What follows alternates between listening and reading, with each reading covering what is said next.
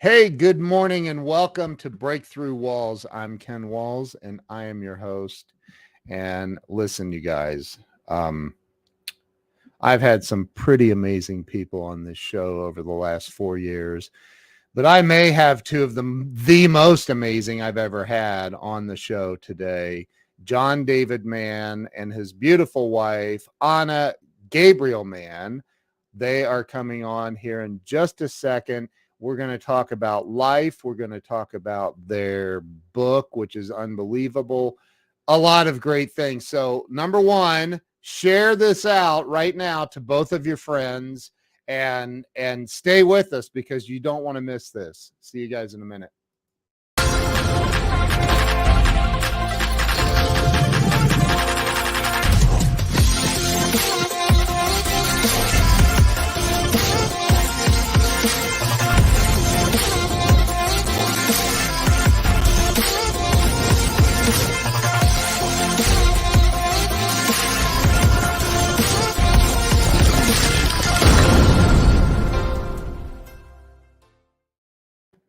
And we are back. Let's do this. Let me bring John and Anna on. Good morning.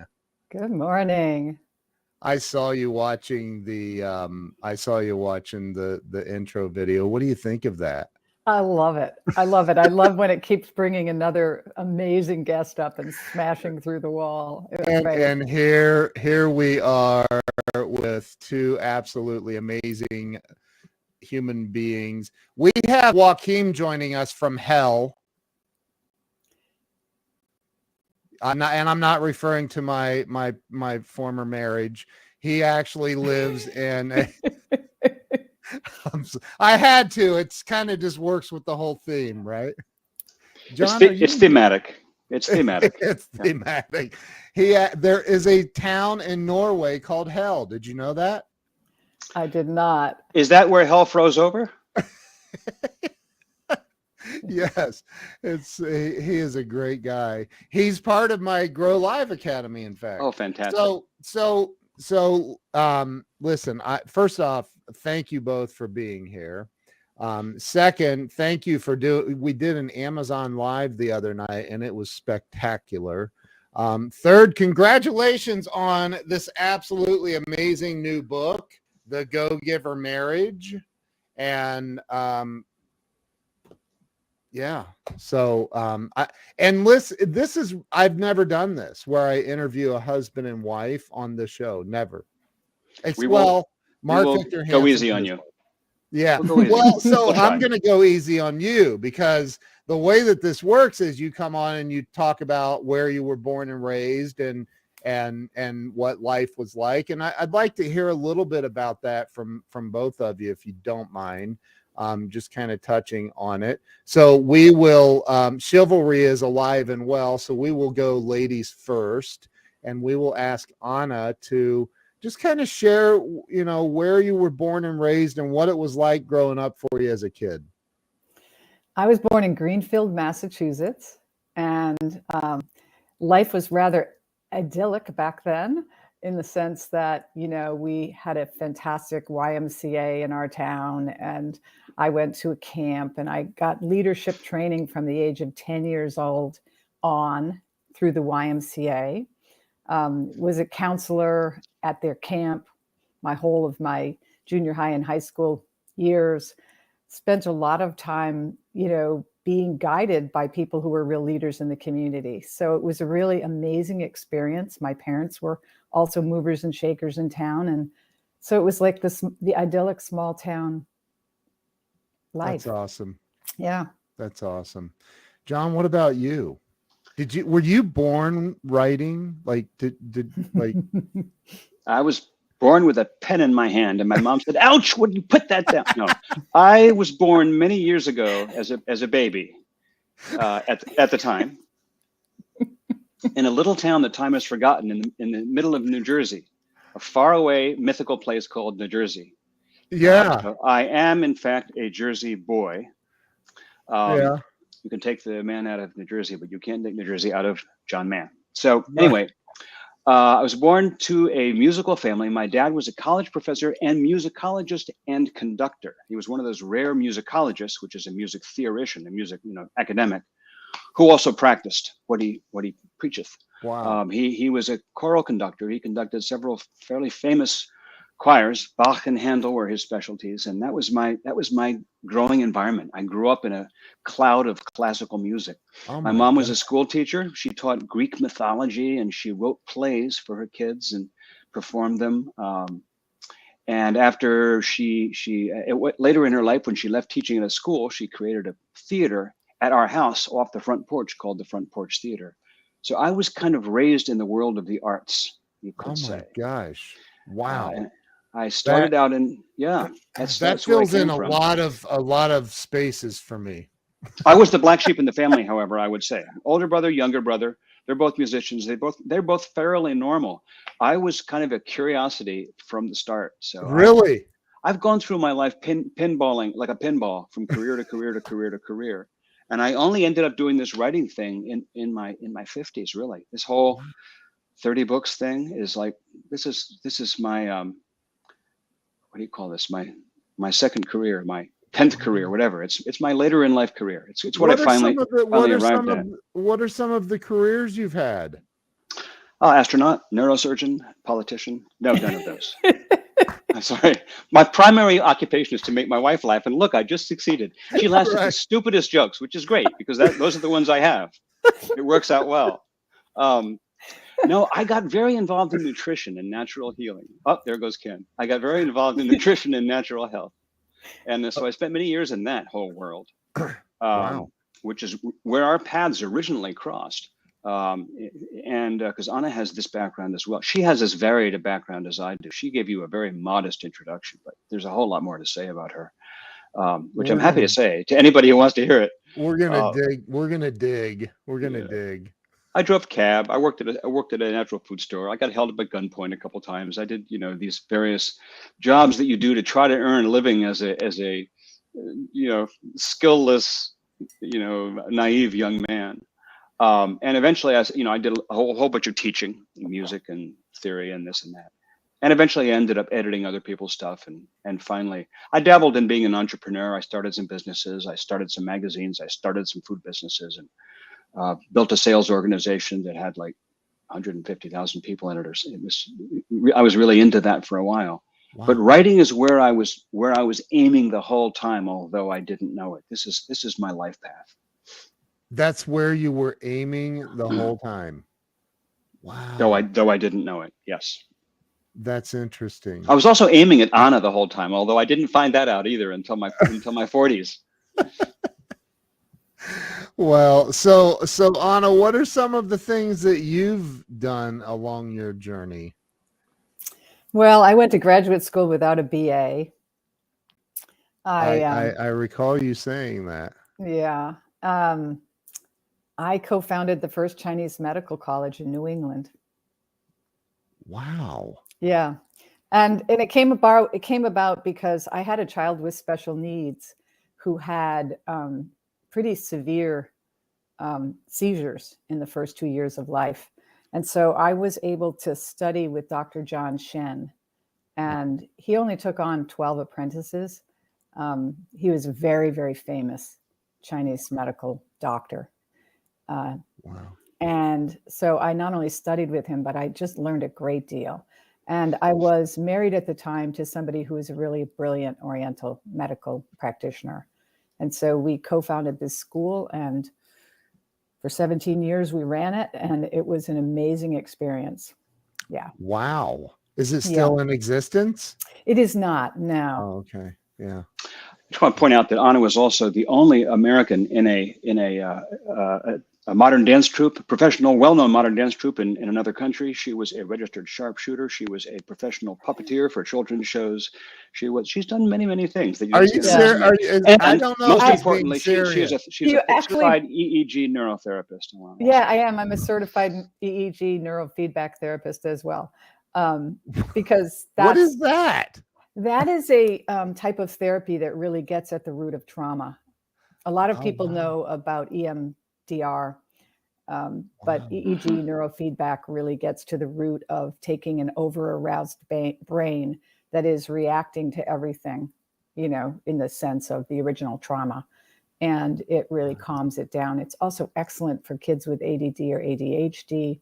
It takes people with neurodiversity, and it not only diagnoses the brain, because we do a CAT scan beforehand. So every single person's protocol is individual to them, Ken.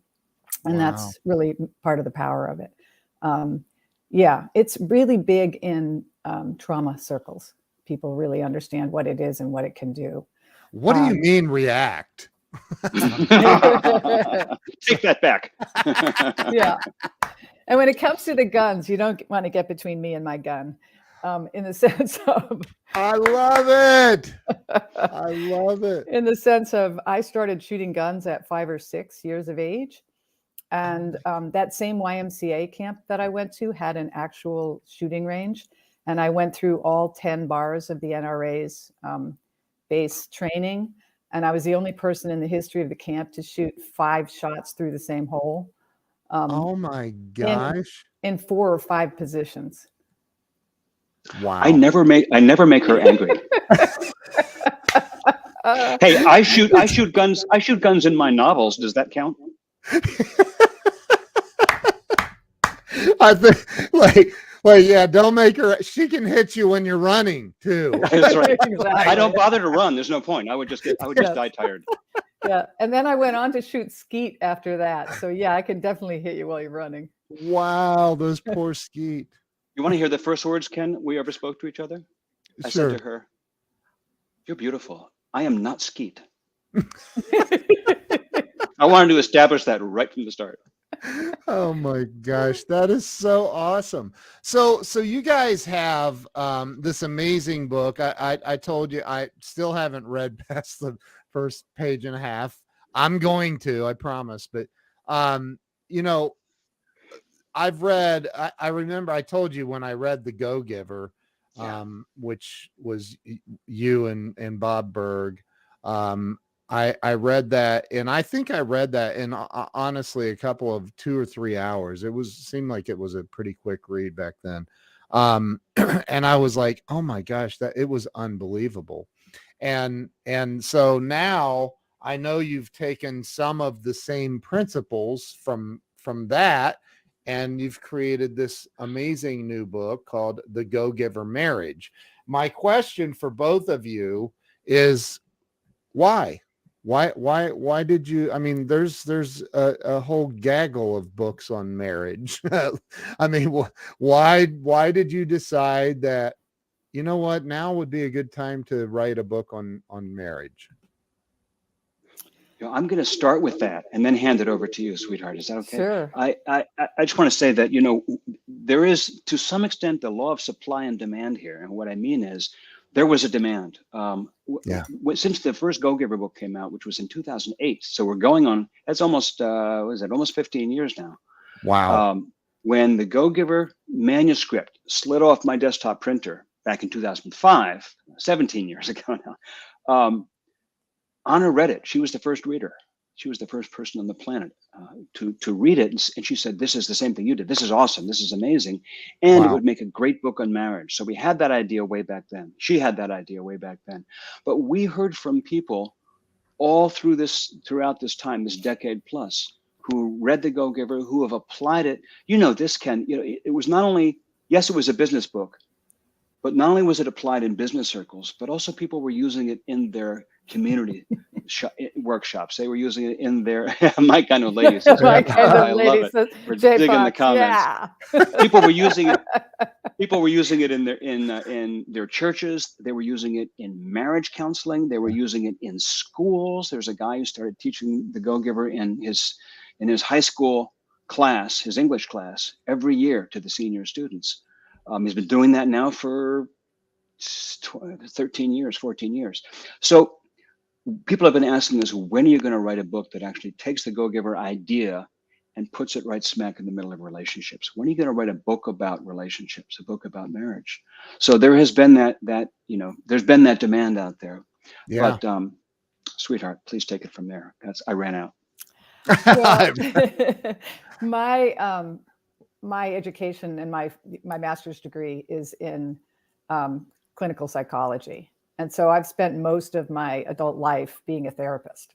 Right. And while I love Chinese medicine and I practiced it for a while, my first love was always couples counseling and therapy and understanding what makes people tick, helping people to overcome trauma. I have, pretty broad background there as well. And so the reason I felt The Go-Giver was such a powerful and strong book in relation to marriages and relationships is that, The Go-Giver is the first book to come out to really say, the more you give, the more you have, number one. And in relationships, that's power. It's not about making the relationship transactional. It's not about, I'll give to you as long as you're going to give me this. It's not conditional. It's not transactional. If you're giving without the intention of getting, then it really changes the equation altogether. And relationships that are based on that kind of giving, let me take you back to early development, because the secrets are based on developmental theory. When a baby is young, mama is everything. And if she's an amazing mama who gets up in the middle of the night and makes sure that baby is dry and fed and happy, that's a child who's going to grow up to be a whole and normal and wonderful adult, as long as there isn't some sort of brutal dysfunction in the family. But in truth, all of us come out of families that are dysfunctional in one way or another. Right. Yeah. And we carry that dysfunction, whether your family was alcoholic or you had a controlling father or you had a depressed mother. There's so much going on in the world that, people arrive at a marriage and they're riding on the kiss of romance, and they think that's it. They think, okay, this is it. I'm going to feel this way for the rest of my life. And then once the honeymoon wears off, sadly, they discover that, their partner's a little controlling and very critical. And they're feeling really defensive and they're kind of stonewalling and they're sitting back and, they're developing their own techniques to handle how they're feeling in the marriage, and none of it is functional. Wow. So, and how long have you been, so you're a clinical therapist. Mm-hmm. How long have you been, and do you do marriage counseling? And yes, how long have you done that? I have been a therapist for a little over 35 years. So not long. No, not too long. So seen a few things. Yeah, you're like, I'm venturing out. What are the, I don't know, top 3 or 4 reasons you see in your practice why marriages don't last? Well, one of the really fun things about the book is that we outline the 5 toxic behaviors, because they are the opposite of the 5 secrets. The very things that will build your marriage are, have a counter, have an opposite that is, something like criticism. There's an epidemic of criticism in our society right now. And believe me, it's at home as well. Yeah. So a lot of couples, that's their default mode, and criticism is death by 1,000 cuts. And criticism will take a marriage down really quickly. Yeah. So that's, I mean, when couples come into your practice, that's one of the top things you hear. He criticizes.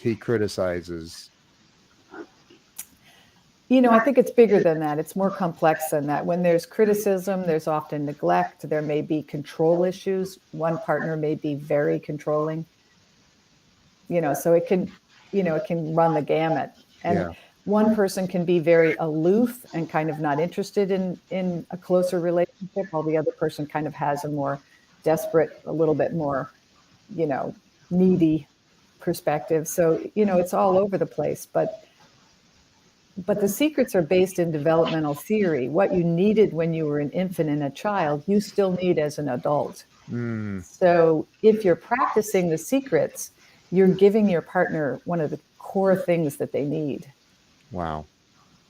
That's I amazing. just want to say about criticism that, one of the reasons, first off, criticism often comes wearing disguises. It isn't always obvious. Yeah. One of the disguises that criticism wears is humor. You jokingly say, "Man, you're looking porky today." That's a really clumsy way of my. I'm not. That's not a good example. Who would say that? But you may, jokingly criticize somebody. I can't think. And then if they react, you get to say, "I was only kidding." You weren't only kidding. There is no such thing as only kidding when you've got a barb on a statement. But that's a form of plausible deniability. Yeah. Also known as passive aggressive, where you get the digs in, but it doesn't quite look like you are. So nothing blows up. And if it does, it doesn't blow back on you because, hey, I was only kidding. Or I was just being sarcastic, or I was just goofing on you. And the thing about that people often forget is that nobody holds more power to hurt than the person you've opened yourself up to most. So if you're intimate with somebody, if you're living with somebody close for years, whether it's actually a marriage or it's some other relationship that's close and intimate and lasts for years, nobody can hurt you as badly as that person because you've shown yourself to them, you've opened yourself up to them. And so even what should seem like a harmless little barb or jab is not harmless. It's like Anna said, it creates the death of 1,000 cuts. No one cut is lethal. No one cut even seems that barbaric or violent, but they accumulate, and the cumulative effect of that is blood loss, asphyxia, and death. You're gone. Wow. This is very, it's very this is a very deep conversation because we're humans. We all are going to experience relationships. We're all gonna most of us are gonna experience a marriage or more. And I think that, and like Theodora has a question, I love this question. Do spouses fall out of love with each other in order to fall in love with someone else and leave their marriage? I have a theory on that, but I'm not a clinical psychologist. So I have a theory about that too. I'm not either. I'd like to hear both of your theories first. First from the two amateur guys. Yeah, let's hear John, it. you go first. You go first. Yes. From my vast years as a licensed psychotherapist, that's not true. I only play one on TV. And we are not laughing at your question, please. No, we're not at all. No, it's such a serious question because I have been that person. This is not my first marriage. And I want to tell you my own observation, my own belief. And again, this is just me. I don't think that you fall out of one person in the process of falling in love with another. I think the sequence is different. I think that the reason that you fall in love with this other person is because something has atrophied in your relationship with the first person. And I don't think that it's exactly falling out of love. At least in my observation, my experience, what happens is you fall out of intimacy, let's say. You slip out of relationship. I don't think that the love goes away. And by the way, love can easily manifest as hate. Hate is another form of love because, who is more famous for vitriolic hatred but ex-spouses, right? And often there's still a bond of love underneath, but it's manifesting as, like I said before, nobody can hurt you as badly as the person you're close to. So, nobody can inspire your fury as much as somebody that you actually care about. I think what happens is we hear people say, we just grew apart. And I don't think that happens. I don't think that you grow apart. I think we drew apart. And it isn't something that happened over years. It's something that happened in a day, and again tomorrow, and again the next day. It's in the choices we make every day. It's whether or not we're feeding or starving, we're paying attention to or not paying attention to the intimacy that we share every day. Yeah. And after time, if we don't share that, then you fall out of that intimacy, and it feels like you fell out of love. Frequently, we may not even notice that. But all of a sudden, this other person seems amazing to us. Well, why do they seem amazing to us? Because we're starving for affection and intimacy and relationship, and we don't have it because we lost it. Yep. And I think that's how it feels to me. That's how it seems. My opinion, or my amateur insight. I told you guys the other day I read the book a long time ago by Scott Peck, The Road Less Traveled, and he talks about love in that book and his definition of love, and I it really resonated with me, and that is, love is so many people confuse love as at first there's this sexual attraction or some kind of a physical attraction, and then at some point, like Anna said earlier, that or maybe it was you, John, said that wears off. Like eventually it's like, okay, now that we've had this intimate relationship for some time, it's like it becomes a situation where you have to be interested in the other person's growth. I find myself where the more that I focus on the positive qualities of another person and less on because we all have negative stuff we could focus on, right? Like I could focus on anybody's negative qualities, but I focus on the positive traits of my wife, and I write them down. I literally write every day. I write these things down, and which is difficult to do, honestly. It's not, but the discipline of doing it is what's difficult. Yes. So, I think that I don't even know if I made any sense of what I just said. I have no idea, but I think love is a choice that we make. It's a choice, and we have to choose, so now I also have been married before, and I do know that there was a moment in my previous marriage where I'm like, okay, that's it. The line has been crossed for the last time, and we're not moving forward with this marriage. So, right. I don't know. Anyway, sorry. I went off on a tangent. That's okay. Honestly, I think that when someone says the line has been crossed for the last time, we're talking about a boundary. Yes. And the comments coming in, keep them coming, everybody. These are amazing. I have been just loving the comments that are coming. And I just feel like, somebody commented that, they had been married to a narcissist. And, this is one of those unique moments. A narcissist is always raised by somebody who is a narcissist themselves. And a narcissist only cares about their own needs and their own feelings. And there is no one else in the room, really. And so they use criticism and contempt and gaslighting, denying your reality is what gaslighting ultimately means. They use all kinds of tactics to keep you under control. Now, I just named 4 things that are the opposites of the secrets. When you criticize someone, you neglect them, you control them, you hold them in contempt, you are, you have created a situation where the other person is cowering, if you will, in the relationship.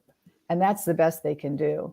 And I love to get those people in therapy because I want to empower them so that they can step away, because 90% of narcissists will never heal. Thank you, Colleen. Yeah.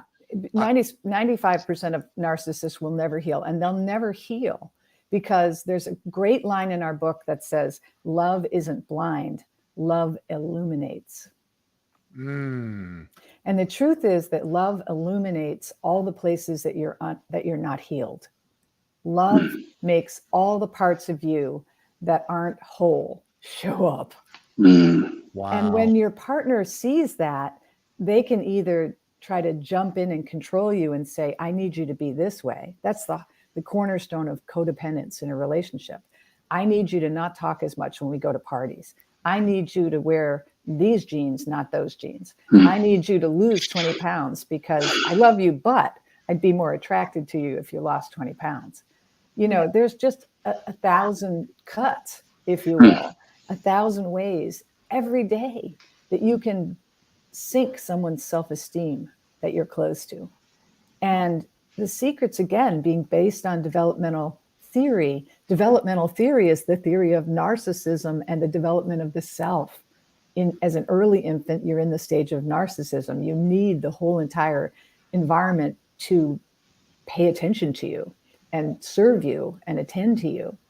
But when you get to be a child and then moving toward an adolescent, you start to incorporate other people into your sphere and your circle.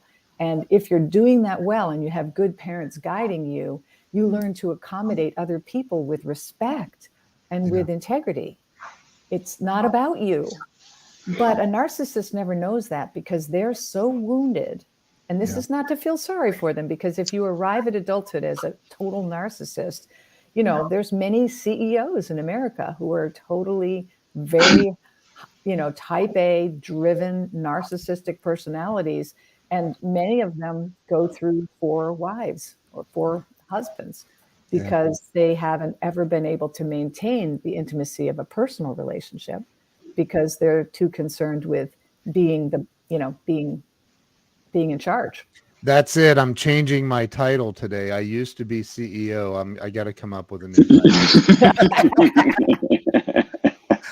I think try Big Daddy. Big Daddy, that works. I think Big Daddy's a really good name. Yeah. You know, I had some former friends that went through a divorce, and it was funny because they were also clients, and the wife called me and she's like, I've been doing all this research on narcissism, and he's a narcissist, and narcissists can never be cured. Like it's uncurable. And I you know, I don't know, but I think that I think I definitely know some narcissistic people. How do you look, Theodora wants you to my coaching is available on my website, Theodora. And I work with people every day. And, you know, I just love, you know, I'll tell you, I honestly love to encourage people to be their best selves and to really, really get to the place where they're expressing their very inner core of who they are authentically. Because that's the power of a marriage that's really working. It's like John has never held me back, not in one little way, from being my total self and from engaging in every level of creativity and strength that I wanted to go after in terms of work. And, you know, he just applauds all the time. He's like, she's amazing, you know, and I mean, wouldn't we all love that? But you know, let me tell you a secret here, since I've got so many women here talking about former husbands. Let me tell you the big secret. Don't marry a man who hated his mother. Wow. And I'll tell you why that's so powerful. When men hate their mother, that inner hate that they have for their mother really is like a mask that is over your face. And when I got out of my only other marriage, I had a really profound therapist who said that to me, who actually said, don't ever marry a man who hates his mother. And I was like sitting back going, what? You know, and I was a therapist. So I really want you to know that when you're in the thick of your own emotional vulnerability, it's impossible to sort the whole situation. That's why a really good therapist on your team is the best thing you can possibly have, because they will listen, they will understand, they will encourage, they will take you to the place where you need to go. And that's why I coach couples individually.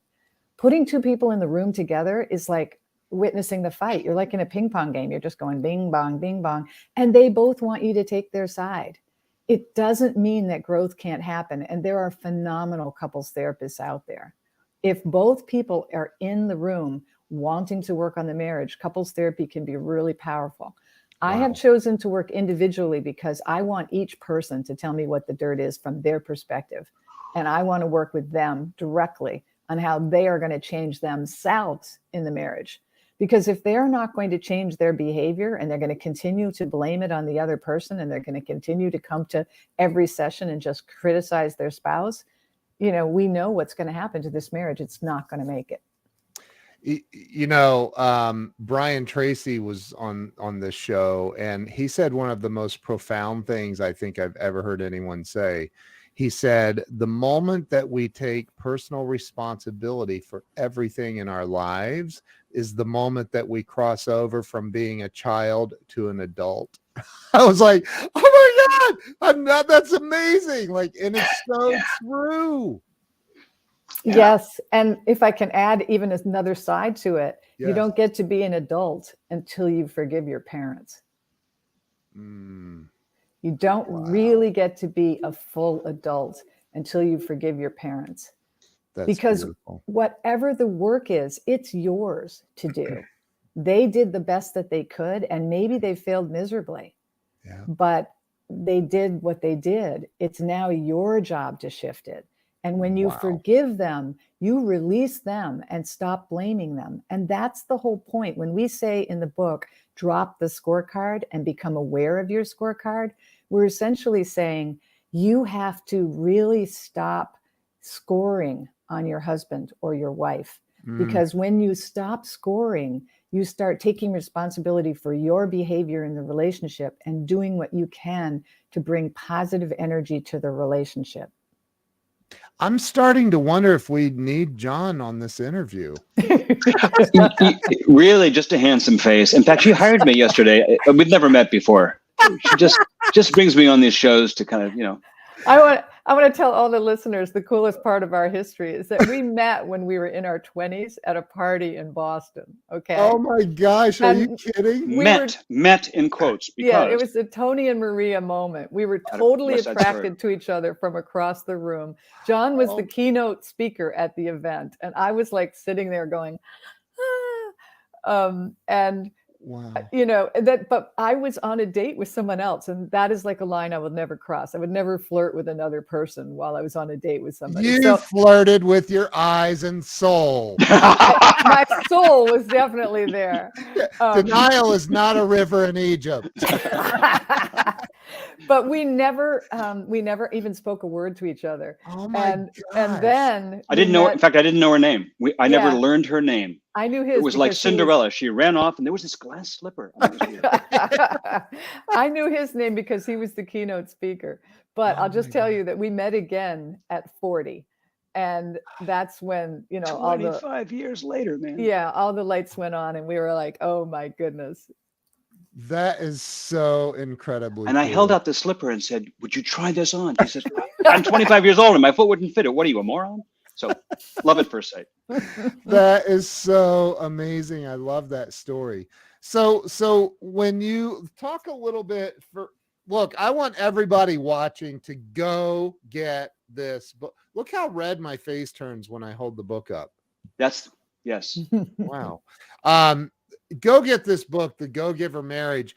I want you to talk a little bit because for those watching that don't know, John has written 30 books and counting. And The Go-Giver with Bob Burg, you and Bob Burg did the Go-Giver series. The Go-Giver, the original one, then the Go-Giver Saw More, Go-Giver Leader. I'll give you an audio-visual aid. I have them. There you go. Oh, I believe somewhere here on one of my shelves. So talk a little bit about this book, because I love your writing style of writing in parable format. Am I saying it right again? Yeah, Parable, yeah. Right? Parable format, where you take real life and turn it into a fictional story with a powerful punch. Yeah, where you said the magic word, magic 2 words, maybe, real life. So the thing with parable, and I love writing parables. I mean, I've written other books. I've ghostwritten people's memoirs. I've written novels. I mean, I'm writing thrillers now, which is a whole new career path for me. My first thriller came out last summer, and the next one, the sequel, comes out in June. And I'm starting work on the third. They are stories about a traumatized Navy SEAL who is on the run as a fugitive from justice. Wow. Various things transpire, which I'm co-writing with a former Navy SEAL. So I've written all kinds of books, but I think parables might be my favorite. And one thing I love about parables, I think I love helping people sort and improve their lives, you know, kind of the things we're talking about now.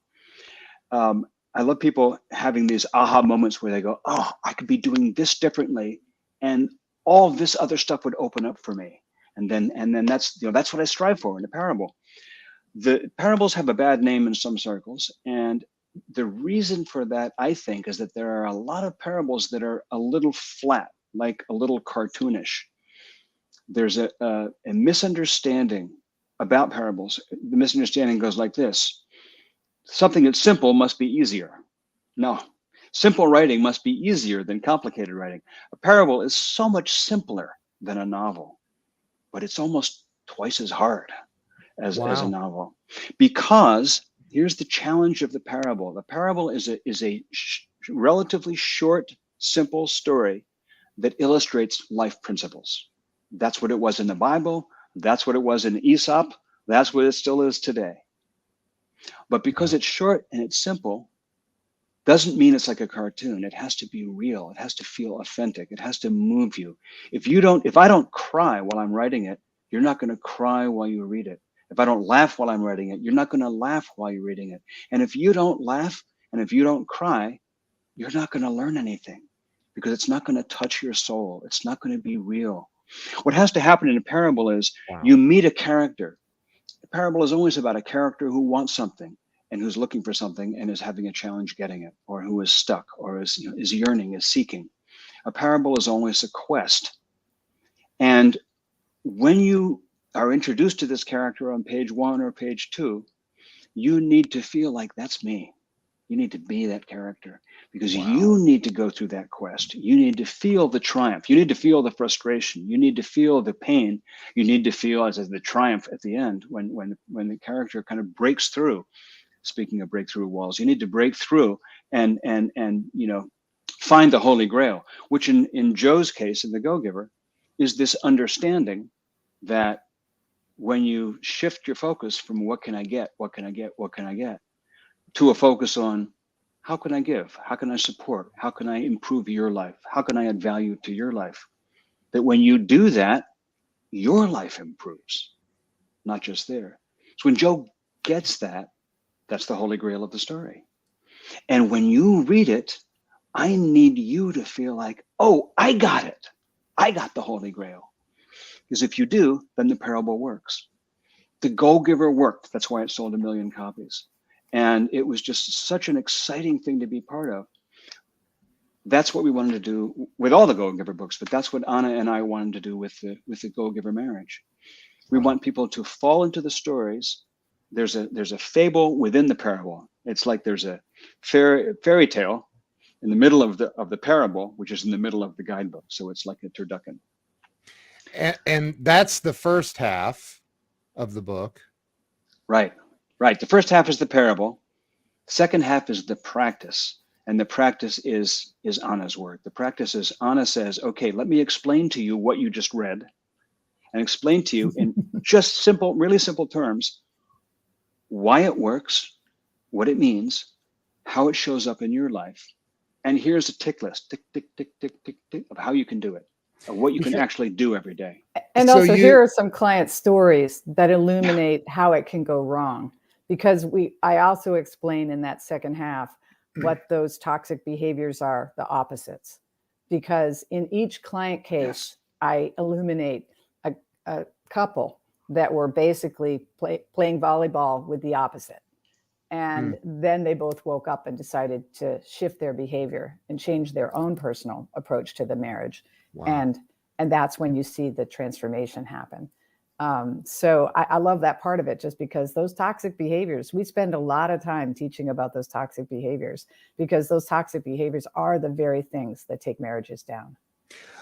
I think, just from my experience, and I openly talk about the fact that I'm a recovered alcoholic, and I remember early on hearing that the word denial is an acronym, excuse me, for don't even notice I am lying, and so I think that people, right?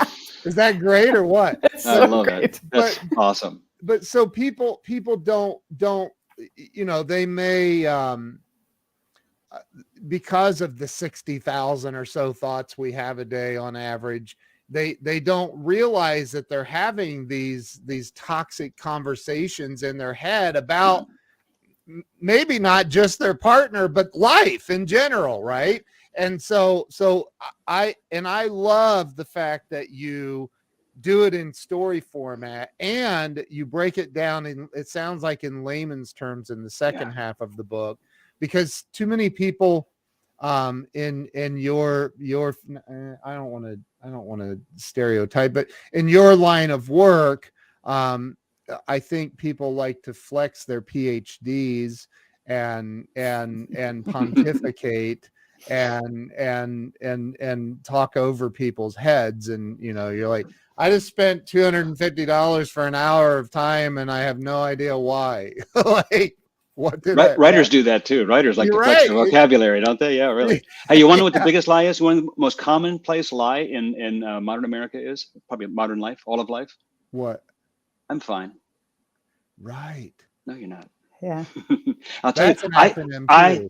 I'm sure it is, and I'm Yeah. not going to go into what it means. But anyway, I grew up in what I thought was just an idyllic childhood, and in so many ways it was. There was a lot that was wonderful about my childhood.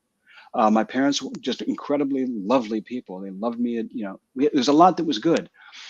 But when I arrived at 18, 19, 20 and fell into my first marriage, I was not fine. You know what? Nobody is.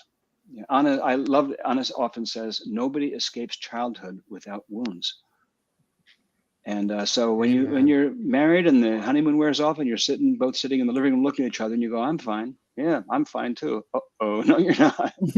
So part of the opportunity of marriage, this is the opportunity of marriage, is that if you self-examine, if you start to grow and have intimate emotional maturity and look at your own material and look at your own internal landscape, a marriage partner gives you a partner in growing through those wounds and becoming a self-healed person.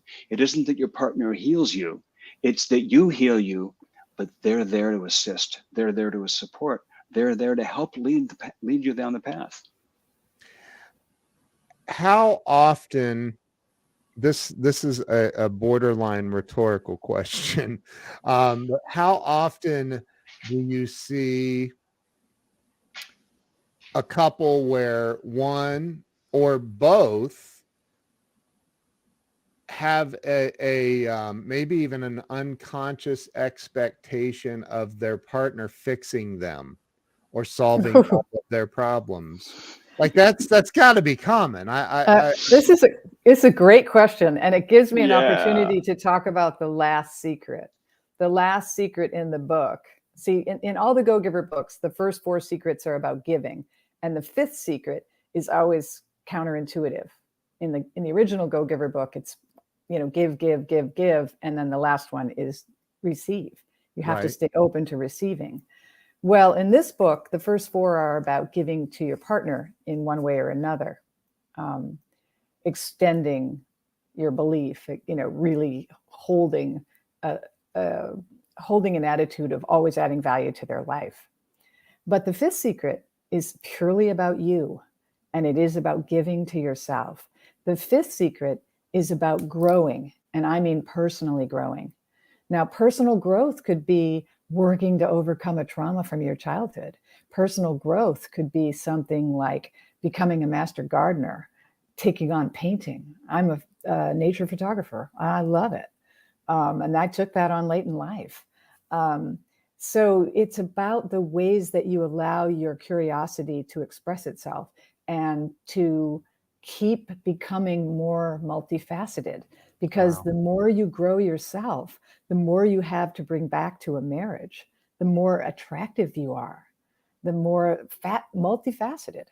And so when people get into a marriage and they expect to get all their needs met by the marriage, you find somebody who's a little depressed and they sit home and they watch TV and they're just waiting for their partner to come home to take them on a walk and to sit and entertain them and tell them about their day and encourage them or do whatever it is they're feeling like they need that day, even lift them out of their depression. That's a marriage that's not going to be in good shape over the years, because no one person can be the one who fulfills all of your needs. You have to pay attention to your needs. You have to be the one that says, you know, I love taking close-up shots in nature. I'm going to really study this. This is so cool. You know, I mean, John and I are both endlessly curious about the world. And, you know, we see people our age in their early 60s who are basically sitting around saying, oh, I'm really old now. You know, they've stopped learning. They've stopped having any kind of career. They've taken early retirement, and they're, you know, the only thing that fascinates them is their lumbago. Yeah. Right. Yeah. Yeah. And they do. They talk about their arthritis all the time. You know, it's like, hello, you know, there's so much in the world. There's so much going on. There's so many ways you can be involved. Even seniors who volunteer and give their time and energy to nonprofits live a lot longer than ones who don't. Wow. You know, it's like, get out there, give in some way to your society, to your culture, to the people around you. You know, there's just so many ways to be a go-giver, if you will. But in a marriage, if you're a go-giver, I mean, there's no, people ask us what our secret sauce is, but the magic of our marriage is that we both come at it with a spirit of generosity. When John's having a really bad day, I don't like try to corner him and make him process it. That's like not what I want to do. I basically say to him, I can see you're really having a bad day. I know that this phone call you just had affected you. So I just want you to know I'm here. And if there's anything I can do to make your day better, please let me know. And if you want to talk, I'm available. So now I've given him, I've allowed him a lot of space. And at the same time, he got acknowledged for where he's at. So he can now give himself permission to ruminate and figure out what he's really feeling. Often we'll go for a long walk, 3, 4, 5 miles in the afternoon, late afternoon. And that's when he'll download what he came to, what he's thinking about, how he feels about this situation. And yeah, it's powerful, because I didn't try to pry it out of him with a crowbar. Also, what she didn't do, and also what she doesn't do, is say, so, you know, why are you so down? Why are you so grouchy?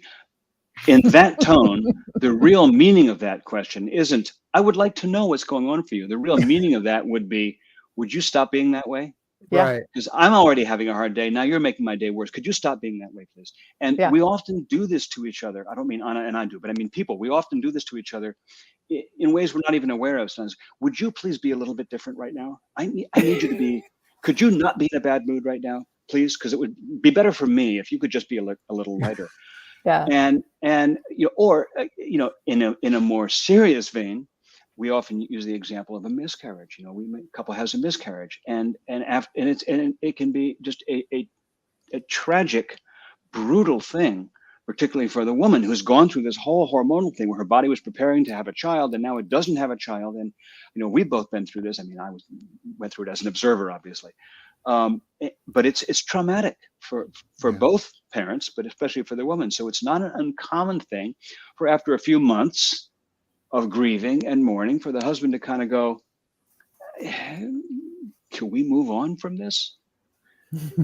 which is just another way of saying, could you not be sad anymore? Because it would be better for me, actually, in my life, if you could stop being sad now, and if you could be more like me right now and be a little bit more happy and jaunty and buoyant, and let's go and, I don't know, take in a movie. That is, you know, control. That's the attempt to control the other person and make them a certain way, which is the same thing as not seeing them. It's the same thing It's denying their reality altogether. Yeah. And I just want to give a shout out to Jay and Colleen and just say that, we worked on this book for a long time. I mean, we talked about these secrets for probably 11 or 12 years before we developed this book. Because we started talking about this book in 2005, 3 years before The Go-Giver was published. Took a long time for the Go-Giver to get published. We have been having those long conversations where I'm explaining the details of developmental theory, and we've been talking about what these 5 secrets are. So these 5 secrets, I honestly think this book will go out and be very big, because this is based in reality of what human needs are. And at the same time, what are the things that we get in? What are the nitpicky little behaviors? Like, he gave an example of denial. And that's what people do when they control you. They deny your reality. And denying your reality is just like, I think it was Ken who said early on, I need to be seen. I need to be heard. I need to be witnessed. That is secret number 1. Secret number 1 is that we all need that. That's our deepest drive, is to be seen. That's why people are trying to be social media mavens, because they want to be seen. They want people to follow them and say, wow, you're amazing. Yeah. It's like, if that's the only thing you're focused on, might be pretty empty on the inside. Yeah. So it was actually a dude in the comments who said that. I need to be seen. I need to be heard. I need to be. Exactly. I don't remember who that was, but that was a brilliant comment you made. I think it was Ken. But anyways, I think that I don't think I said that. No, not you, Ken. Well, the other Ken. The other Ken. The Ken in the comments. Oh, I got you. Yeah. So we'll track him down. Yeah, I think that there's so many ways that we get into the behaviors that are just little unconscious things that we do, trying to control the other person, denying their reality because you're busy and you've got other things on your mind. And if you can get aware, emotional intelligence is a powerful thing, but in the 5 secrets, we're trying to help people to just kind of get aware of the behavior of how you're bringing yourself to the marriage. Because when you shift your behavior, believe me, the whole tone of the marriage shifts. But you're not, I want to be clear, or for me, you're not saying, look, I've been in a bad marriage, and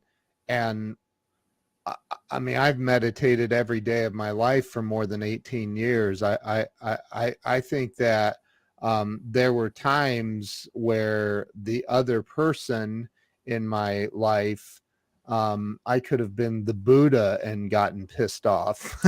Pardon my language, but you're not, I don't think you're saying that it's 100% of the time you're not going to be affected by another person's behaviors or attitudes, are you? No, absolutely not. Okay. But differentiation, individuation, is the ability to stop yourself in the moment and be able to say, I see that this is what I'm saying to myself. I see that you're irritated. And to know that the irritation is his, not mine. Right. It's that ability to have enough self-awareness that you aren't buying the package. You don't have to have a reaction. Just because he's irritated doesn't mean you have to get irritated back or get defensive. Right. And when you can hold that, I call it, you can hold the status of the Buddha. If you just stay self-aware enough that you are able to know that this is not your material. He's having a bad day because he just got a bad call from a publisher in New York, or whatever. Yeah. But that doesn't mean that it's my bad day. I know it's affecting him, and I want to be able to be as supportive as possible, but it's not mine. I can go, work on other projects, other writing. We're working on a book about parenting. And wow. I'm already doing market research on that in terms of I'm interviewing tons and tons of parents. Wow. Because we feel that these same, there's a really powerful book there, because if all the concepts we're talking about that we're applying to a marriage were applied to parents, and parents really understood what kids really need, then there would be a very, very different next generation arriving. Wow. Yeah. So powerful. Absolutely so powerful. I do want, I mean, I can't even believe we're at the end of this already. That's crazy. I want to help you guys promote. First off, go to gogivermarriage.com, everybody, and order the book and access free gifts. There are free gifts. I'm looking at the website right here on this other screen.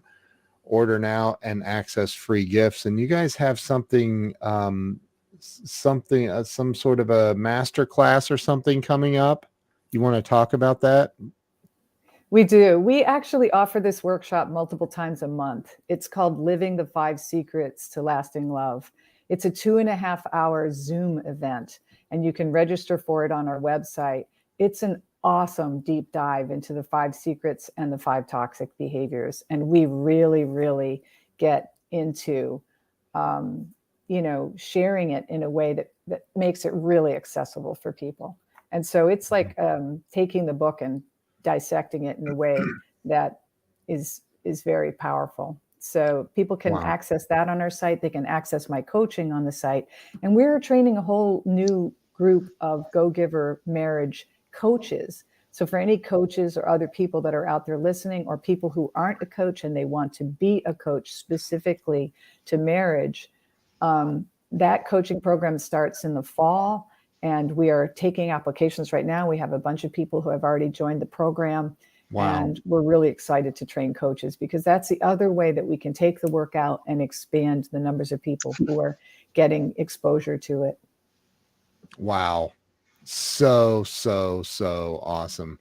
Jay, you're like winning a place in my heart today. Oh, that's so awesome. My wife's shoot on guns, here Jay. watching too. My wife, I know she's Thank you, commenting. Jill. So yeah, this is incredible. And there's my dear friend, Dr. Laura. She's a nurse practitioner. She's down in at her place in Florida right now, actually. By you. Yay. Oh, excellent. So yeah. Nice to meet you, Laura. So look, Colleen wants to register. So it's gogivermarriage.com. I'll say this also on that site, on the front page, you'll see the book and you'll see us and endorsements of the book and so on, the free gifts and such. There's a tab for programs. There's a programs page on the site. If you go to programs on the site, that's where you'll see the workshop. Oh, and there is a workshop registration information at the bottom of the page. Next one is in a just a little over a week away. I love it. That's so awesome. So that's incredibly awesome. And the registration, is that for individuals or couples? Either. It's both. Either. Yeah. Oh. Yep.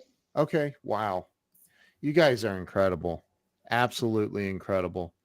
So yes, Laura's in Naples. So. Beautiful place. Beautiful. Yeah. So what and I mean, again, I feel like Mr. Rhetorical today. But what is with this book? Let's start with the book. I mean, you guys are doing phenomenal things. I think that the biggest pandemic we have in this world is the divorce rate. And I remember my grandparents, they God rest both of their souls, but they were together from the age of 9 and 10 years old. He walked her to school every day, and then they ended up married after he came back from the war, and then went back out on a second tour, but they got married, and they were together until he died at 90 and she died at a year later or 2 years later. So for whatever it was, 70 years or in total, I think, or more. You don't hear those stories anymore. you just don't. And I remember asking my grandpa when they were both in a nursing home, and I asked my grandpa, I'm like, did you not ever, so you never dated anyone else? And she's sitting there, he goes, I dated them all. they always had fun going at each other, just having fun. You just don't see that anymore. That marriages, everything seems to be, I hate to say everything, but so many people are viewing marriage as well, if it doesn't work out, I'll just find another one. Right. And and the problem with that is what you're going to find is going to be, you're going to be the same person. Yes. Because wherever you go, there you are. You are. Yes. Guess who else shows up? You. Yep. Amen. So I just want to make a little adjustment to what you said, which is, to me, it isn't even a divorce pandemic as much as an unhappiness pandemic. And what I mean is that there were, in the olden times, 100 years ago and such, there were also plenty of marriages where there was abuse and there was neglect and there was disregard and there was just sticking it out for 80 years and then dying unhappy. So, and today there are plenty of marriages who are not divorced and who are not heading for the courts. They're sticking it out for the kids, or they're sticking it out for whatever reason, but they're not happy. They're not fulfilled. They're not living the rich lives that they could. So we're not just out to prevent divorces. We're also out to help marriages be what they could be and what they should be. Wow. That is so beautiful. And the last thing I want to say is that John has written many, many parables. This is not only his best parable, it's really a powerful parable. And I want to say that simply because I want the world to know, there are people in New York that call John the parable king because they feel like he's really, really an amazing parable writer. So everything he said about parables earlier, about having them be real and authentic, where they really make you feel things, this is one of those parables that doesn't talk down to you. That's always been my issue with parables, is that they talk down to you. I don't want a story that's so simple that I feel slapped in the face with a 2x4 by the message. Right. Yes, Colleen, yes. Yeah. Yep. Wow. So. Thank you. Beautiful. Absolutely beautiful. Everybody watching, please share. First off, share this out. Second, go to gogivermarriage.com and get the book and register for the master class. This is amazing. And is the master class, is it interactive? Just to clarify, on the front page of the site, you'll see us talk about many master classes, and those are videos that we give you as a gift for buying the book. The workshop that we're talking about, that is interactive. That's the thing to register for. That is interactive. Yes. Which is, you click on programs at the top and it takes you Living the 5 Secrets to Lasting Love. That's the one we're talking about. That's the one. Correct? Yeah. And the answer is yes, it is interactive. It's interactive. And that's what makes it so powerful, is that we teach for about an hour and then we open it up for an hour and a half. Oh, wow. And for an hour and a half, people go back and forth and there's a lot of dialogue and it's so powerful. So, well, I shared last night with my folks that you guys were coming next Thursday. So I hope you don't cancel. I hope that's okay. How about that? That sounds good to me. So this has been absolutely amazing. You two are now, I think we just became best friends. I think you're right. I would agree. I feel like we haven't had this much fun on a podcast and also on the live we did a couple days ago. I mean, it's been amazing. Thank you so much, Ken. You guys are amazing. My wife, if my wife loved it, then you did good. So this is thank you, Jill. Great. So everybody, please go over to Go Giver Marriage. And this is only if this is a certain group of people. It's if you are a human and you're ever going to interact with another human in any capacity, you need to go register for this. And we designed this specifically for you. That's right. Yes. Only those people, though. Only those people. So thank you guys so much. Have a blessed day, and we will see you guys next week. John and Anna, you guys are amazing. Thank you so much. And hang tight for me if you would. And I'm going to end the live stream now, but hang on for me. And thank you so much.